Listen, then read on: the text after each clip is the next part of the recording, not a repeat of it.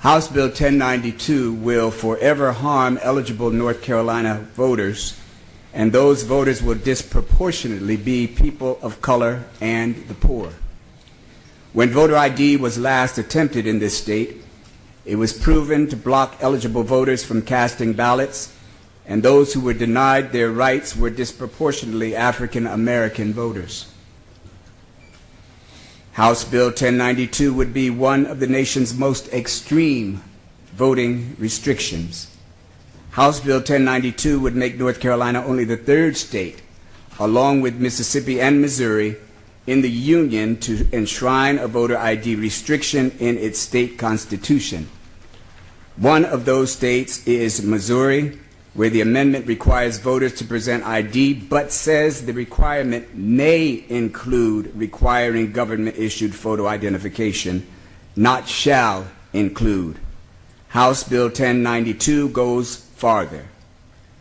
Voters are being asked to vote on a confusingly vague and permanent addition to the state constitution, enshrining discrimination without telling them what the voting change would be. Thirdly, House Bill 1092 justifications are pretextual. Legitimate election security doesn't prevent voting access. In North Carolina, we know voter ID is intended to silence certain voters and impacts many more. Voter ID has already disproportionately disenfranchised African American voters.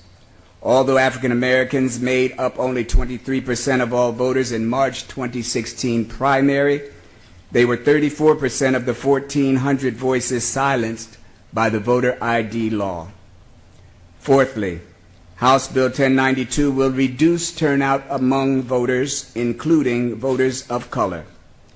To cite a few, a 2014 U.S. Government Accountability Office study found that strict photo ID laws reduce turnout by 2 to 3 percentage points, which can translate into tens of thousands of votes lost in a single state.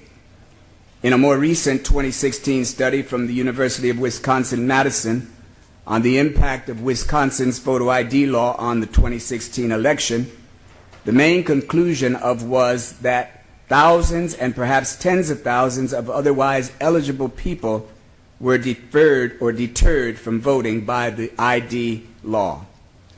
As Ken Mayer, the principal investigator, put it, an eligible voter who cannot vote because of the ID law is disenfranchised, and that in itself is a serious harm to the integrity of the electoral process.